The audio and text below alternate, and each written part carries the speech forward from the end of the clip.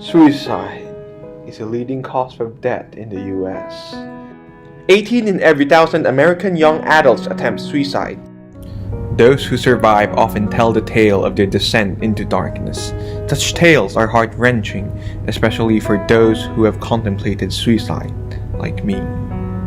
One such particularly compelling tale is Clancy Martin's article I'm Still Here, which through its vivid storytelling and strategic deviation from its medium conventions portrays the angst of living in a psychiatric ward with suicidal thoughts.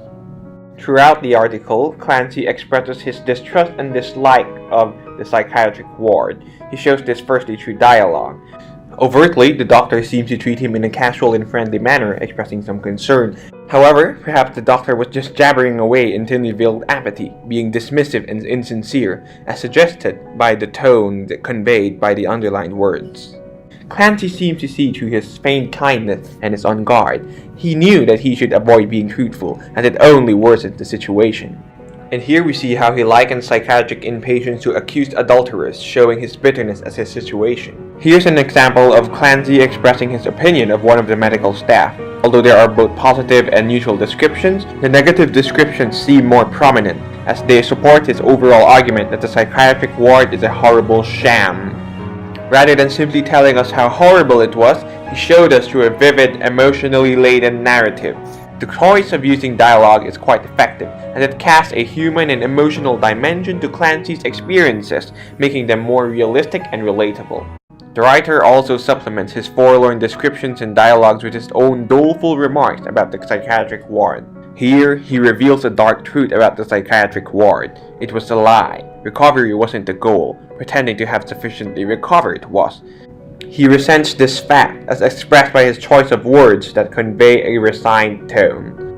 Clancy's portrayal of the psychiatric ward is clearly negative, but I find myself aligning with his portrayal. Might there be bias? I harbor a general distrust of psychiatric professionals due to some unpleasant past experiences. This may have caused attentional and confirmation biases, where I focus more on vilifying details rather than those that cast them in a more positive light, such as his short but pleasant encounter with fellow patient Rosalind. Perhaps Clancy was not so hateful towards wards as I made him out to be.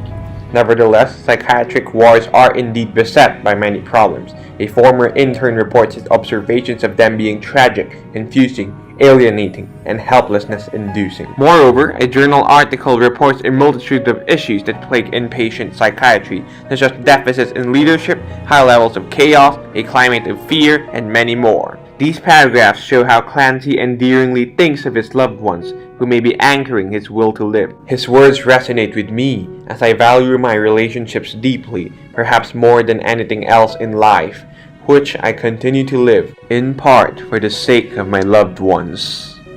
Taking a step back, we can examine Clancy Martin's context. He is an accomplished professor, Pushcart Prize winner, and a Guggenheim Fellow. His writings have appeared in countless publications like The New Yorker and Harper's Magazine. These accolades lend additional credibility to his writing, and his academic background helps explain his ponderous philosophical writing style. Yet in the article, Clancy mentions few accolades, his ruminations centered around his family and friends.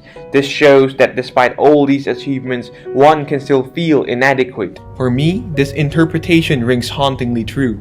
It made me look back at how my pursuit of achievement and glory may be inhibiting the formation and cultivation of close, lifelong relationships. I have never seen the possible links between ambition and depression so clearly.